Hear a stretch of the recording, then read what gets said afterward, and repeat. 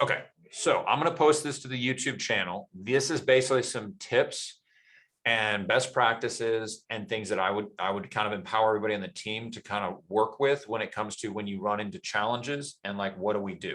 Okay, so these are 10 steps for kind of solving problems. Okay, so what I would say is, unfortunately, we are in a business where people go from 0 to pissed off in 60 seconds. It's totally unfair sometimes, whether it's the customer, the realtor, the title company, the underwriter, Jackson. Sometimes Jackson even gets upset. So, so how do we take a raging tiger and turn it into a purring kitten? So like, the thing is, how do we deal with agitated clients? Now that could be the borrower, but it could be the processor or the loan partner. It could be the approval specialist. Sometimes people just get agitated because this business will frustrate you at times. So I would say this is mainly directed at how to interact with customers when we're dealing with an upset customer or a frustrated customer, and just some different tactics that we can take as a team to kind of support each other, right? Because I think most of the emotional, stressful, irritating experience for people is because they do not understand this business. It doesn't make sense to them. This business is not common sense. It doesn't make a lot of sense. Post 2008, all the common sense got thrown out the door. So it's like, hey, like not like just like what 9/11 did to the airline industry, 2008 did to the mortgage industry. So before 9/11, it was a lot easier to go through the airline, and you could show up 30 minutes before the flight and get on it. It was easy. Can't do that after 9/11, unfortunately, because some people put some bombs on a plane, right? So some people blew up the mortgage industry in 2008, and we got to deal with those problems. So that's a reality that us on this meeting know. The customer doesn't always know that. So part of my job up front is in the meetings, the loan consultation and the contract in call. I'm trying to set those expectations and give them some parameters so that we can avoid that stuff. This says 60% of people buying a refinance will be shaken or fearful of anything outside of their normal experience. I think that's probably a good statistic, I'm sure. But I think the main thing I want to communicate is we want to be a team where we're genuine, both with the customer and with each other, and that we want to just help people as best we can, you know? So a tip that I would say is, and this is good for, this is good not only for your customer experience, but it's also good for your marriage and your relationships. Me and Haley have been married for 16 years now. And I would absolutely tell you that when Haley, for the first probably 14 years of our marriage, when her voice would rise, my voice would rise.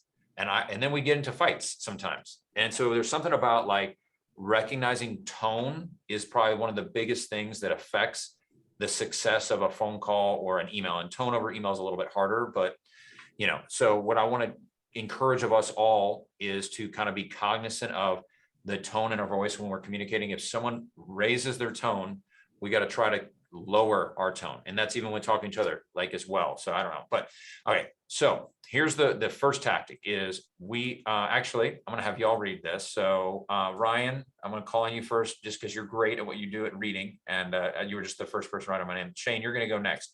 Read tactic number 1.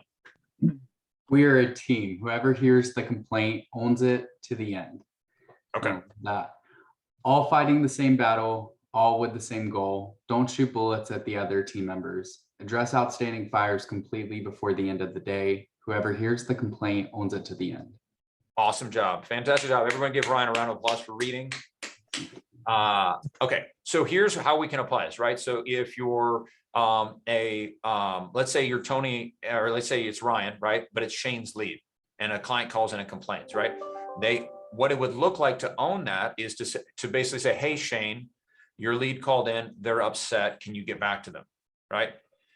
What you want to then do is just then basically follow up maybe at the end of the day. Hey, Shane, did it get resolved, right? So that could be what that looks like. Let's say it's a customer, right? And let's say the person reaches out to the loan partner and they're upset, and maybe Roger, you would then follow up, like if the email went into Tequila, is checking in with Tequila to make sure that it gets, or well, maybe that's not a good example. I'm saying we have it happen a lot, Jackson. Whenever buyers are at the closing table and they're not doing something they understand or whatever, they'll call into the Grasshopper line. One of the loan partners will answer it. Then we'll follow up with Roger. She coordinates that. So like if there's anything, going on between the funder and title or something, Brodra handles that, but I'll relay the message to Brodra. And then, I'll coordinate and see, hey, was that actually resolved or whatever? And then I can follow up with like the agent or the realtor. Great whoever's involved. example. So. Yeah, so I'm open to y'all's thoughts on like, how do we best tackle, like, where do you see the biggest frustration? So Brian gave a good example. So if someone else has an example, we can talk, share that and we can talk through it. So in that situation, Ryan takes the call. He can basically practice some of these other tactics, hands it to Brodra being the closing, the team captain is going to own that for funding, right? Now she may also loop in Tequila or Grace because, to a degree, part of their job is to see that loan through funding. But if it's going to be more numbers related, Broder's going to jump in, and then she would then jump and bring me in, right? So we want to own it to the end to where the loan funds. What would be another example? Like, are there any other like common complaints that, Tequila, Grace, Broder, y'all run into, Tony or Shane? I mean, even Amy, sometimes you see my emails. Are there any specific regular complaints you can think of that you would like to kind of maybe talk through?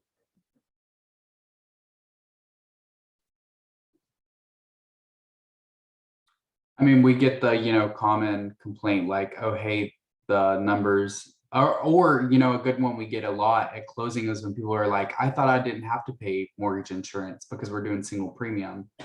Okay, so mortgage And insurance. I guess they didn't understand completely up front. I haven't seen that one in a minute, but we used to get it a lot whenever people were like closing, they would call in and be like, Jackson told me I didn't have mortgage insurance. I said, no, Jackson told you didn't have monthly mortgage insurance. Because on the CD, it does say MI, I think, or something like that. So so this is very helpful that Ryan's given the examples. What I would say is that if anyone else on the call can't think of one right now, but after this meeting they do, please send it to me. So Amy, here's what we're going to do to help try to make this process smoother. Okay, is I'm going to shoot videos that explain mortgage insurance and the closing costs. I've already sent a video on the closing disclosure. Okay. And basically what I want to do is have a standard also response that's typed up, ready to go, Amy, on both, like any common questions that we get hit with. So for example, on the closing costs, the answer is always going to be, hey, your lender fees, we guarantee did not go up. We guarantee the final numbers will match. Please calm down. It's going to be okay. We can get a meeting with Jackson. Okay. And he'll walk it through with you. So if it's a couple of days before closing, usually what happens is the most common thing is that issue pops up here. I have a video that I send out that is included in the email we send out that states your closing disclosure has been sent. So this video goes out to him. And in this, it says your signature does not bind you. It's just an acknowledgement receipt. And it's not the final version. If you see something that's different, I promise you it will match what I quoted you.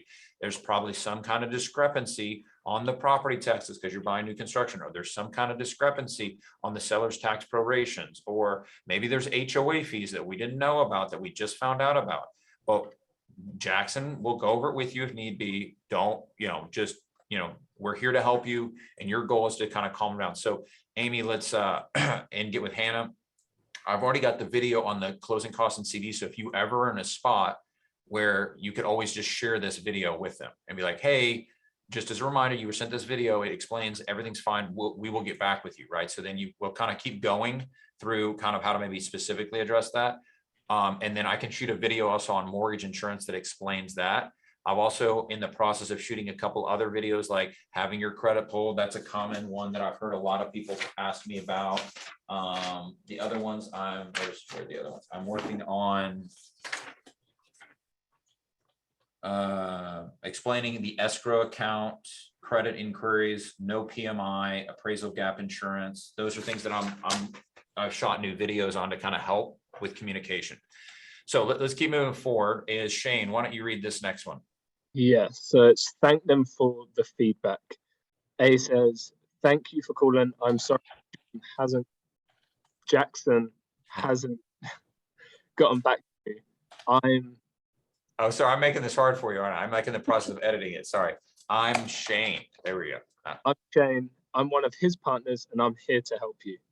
Or B, it is very important to us to take the best care of you. And if you don't feel that way, it's my job to fix that. There we go, right? So I think what we want to do is just say, hey, we really appreciate the feedback. We're here to help you, right? So these gives you some talking points when you hit that. The next thing is let's see here. Tequila, why don't you read number 3? Repeat the client back to them. Repeat the complaint back to them in their own words. Let them make sure I understand exactly what the issue is. Don't put words in their mouth. They don't know that what we're asking and what they're sending are different. Go. Make sure you understand what the real issue is. Ask for details. Listen closely. Many times they just want to be heard. Perfect. Great job. So that probably has happened before on McCall, right? You've done a lot of empathetic calls sometimes with some customers, Tequila, right? You've run into situations like that. So Tequila uses her pastoral and emotional skills to calm people down when they get a little panicky, right? So what you want to do is basically, let's see here. I think another thing is, do you, let's see here at the end, do you still need Jackson to call you? Right? Is like, did I resolve your concerns? Or do you still need Jackson to call you? So I'd like to maybe inject that in there. So like if Tequila, if you're in a situation where like the McCalls or someone like that, like on let's say you're doing a Tuesday update and you send some it like, hey, and then if they say if yes, then what I would like you to do is schedule them for a call to ask them like what times are good, right?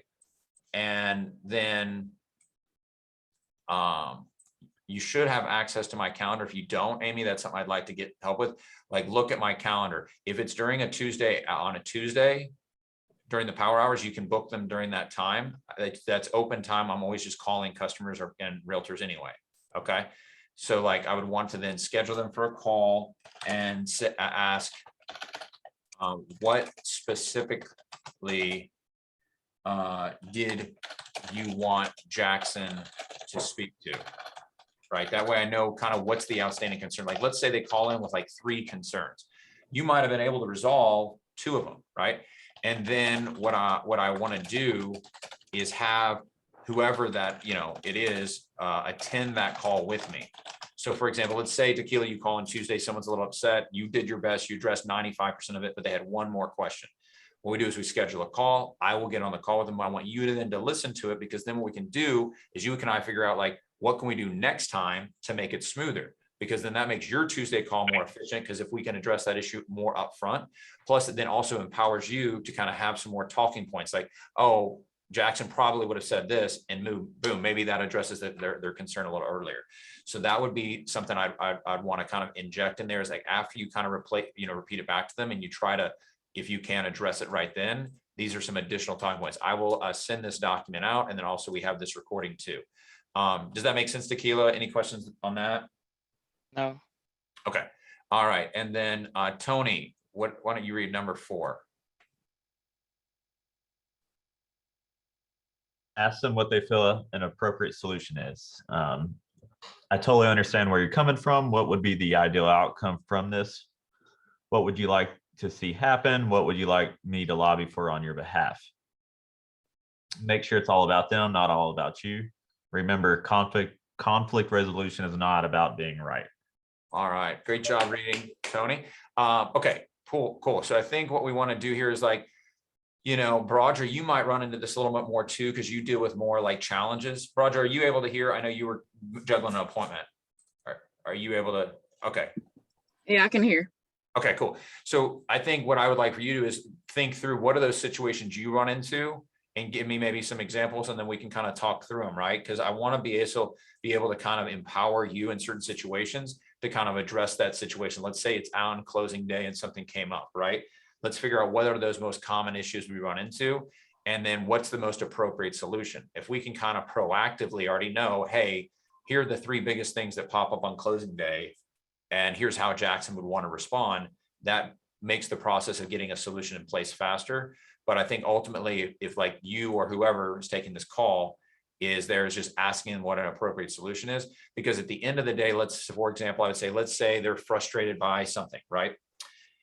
A lot of times what I'm going to say is like, what's an appropriate solution? If they give me that, let's say, something, I say, okay, well, hey, if we can get that for you, does that resolve the issue for you? If they say no, then I'd say, well, hey, if we give you $100 customer credit to show you that we are sorry, we apologize. Like, so for example, Patrick Cowden, right? I think Tequila kind of handled that, but maybe Roger, there might be certain situations, the manager, you jump in to handle that call. To say, hey, we're sorry, there was some confusion around, I think which title company they were sending, right? Like, I think there was an email Patrick sent to me, or and Ryan, there was some kind of disconnect on which title company he was using, and he got a little frustrated. Ultimately, we just offered to pay the lock extension, and he went from being a little frustrated to be completely happy. So that's where we could say, like, hey, if we give you this customer credit, does that resolve the concern? Do you feel satisfied, right? So I think that's maybe I said, if we can provide that solution, are you now completely satisfied? I want to make sure you are 100% satisfied. So Roger, you probably see that's kind of my go-to response anytime you send a confirm to close email is like, hey, do you have any questions on the final numbers? I want to make sure you are 100% satisfied. So that's kind of a term I want to use consistently. Okay. Roger, why don't you read number 5 since I was already took you off mute anyway. So. Never interrupt them, never ever let them finish. Count to 2 or 3 after what sounds like their last word. It will make the client feel like they are not being heard. And Roger, me being your manager, you can learn from me on that, right? Because I do such a good job of that, right? I never interrupt people, do I? Yeah, you need to work on that, bro. I'm working on it. For the record, I did get that consistent feedback in our one-on-ones, when I was meeting with a couple of y'all over the last year. So I am trying to work on talking a little slower and not interrupting.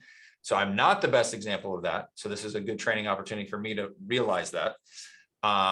Okay. And then, so agree with the client, align yourself with the client. It's an us against the issue. I like that. It's just kind of like making sure, like, the picture I would have like on this one is, we don't want the customer thinking that we're sitting on opposite sides of the table, right? Like, where it's like, I'm sitting and I'm looking at you. What I want to do is, like, almost imagine I swing my chair around and I put my arm around your shoulder and we're looking at the problem. That's kind of the picture I want you to have in your head when you're talking to this. It's like, we're not attacking each other. Now, I also know I could even do a better job with that with underwriting and closing, because sometimes I know I can come off like I'm attacking operations. The reality is, I'm working on that to realize, like, sometimes I need to swing my arm around the shoulder of the underwriter and say, hey, here's the problem. What can we do to get this condition resolved, right? So we can use the same approach with the customer. But we can also probably use it with underwriting, right? So my thought is, Tequila and Grace, y'all do your best to go to the underwriter first to get it resolved. If it doesn't work, then we're going to have Roger go to the underwriting supervisor, right? So there's things that we can apply here, not only with the customer, but just how do we solve problems, right? Like, us on the front end probably have a more customer issues. On the back end, it's more maybe underwriting, closing potentially but it could be the customer, could be the realtor, right? So what I want to do is have y'all start thinking through this and maybe keeping a journal of what are your most common issues, and then letting me know what they are, so then I can build out some standard responses or standard parameters to empower you, so you're not stuck like waiting around like for an answer. Okay. Amy, why don't you read, let's see, hold on. Amy, why don't you read number 8? Let's start to wrap this up. Submit to solve the problem at a specific time. No, let me get back to you. Yes, I'm going to talk to John and call you back in an hour. Must keep this time frame. Double the time if you're not certain. Over deliver. Solving on the spot is the best solution. Is there any way I can place you on hold and go check on you? This prevents them calling other people in the meantime while they are waiting for you to call them back. Well done. Great job, Amy. All right. And then Hannah, why don't you read 9 and 10? Follow up, good news, bad news, no news. Let them know the status. When the problem is solved, take internal action to fix the issue. This is with the team. Guessing that kind of maybe means what I'm trying to say there is, like, if there's internal repeatable things, like things keep happening, like, for example, property taxes, like we've had some challenges with that. We're working on with that with Broger in the closing department to kind of get that right. Credit, we've had some issues with like factual data. We're trying to fix some stuff, but for the meantime, we'll do everything we can to fix it with the customer and then go back and try to take internal action to fix so we don't have a consistent recurring problem over and over again. And so, and then Grace, why don't you read number 11 since. Call the next day to confirm that the problem was solved in a satisfactory manner. Great way to have your name show up on the survey. There we go. Yes. And Grace has had her name show up on the survey a couple of times because she's very good on the phone. So what we want to do is we'll kind of start to shut this training down since we're getting to 10:30, but I'll record this. I'll send this out. And then what I would say is some follow-up is like, if you have things that are frustrating you, like where you're running in your challenges, you're like, I don't really know what to do. Just ping me with that stuff or ping Amy with it. And then what we'll do is start to try to build out some videos or communication or parameters. Like what I would say is Broadra, like, and even Grace and Tequila is like, you were approved up to $1,000 to fix issues to get stuff to closing, right? Like Brian Hines, I think had like an issue. We needed $1,000 pricing exception to get the deal done. It was an urgent deal. It's like, just do it, right? Like it's annoying. I don't want to give the money, but I don't want people losing keys. And I don't want to upset realtors over something. If it's over 1,000, you got to talk to me. Like I don't want to spend over $1,000 over and over and over again. But so we'll go ahead and any questions? Was this helpful? Okay. So what I want to do is me and Broger, I feel like part of our job, a little more probably Broger than me, but is putting out problems and providing training.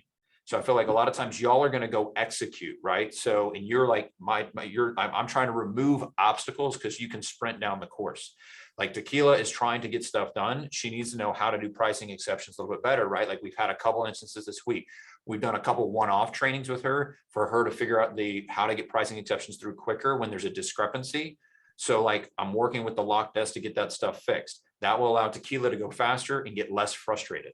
So I'm identifying a few of those small things. If I see it affecting the entire group, I'm going to try to do an entire training, but I'm also going to try to do one-off trainings. I'm also going to ask Broger to do one-off trainings so that we can continue to, remove obstacles, allow y'all to go faster. Okay.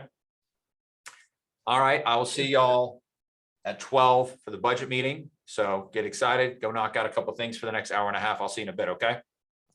See you later. Thank you.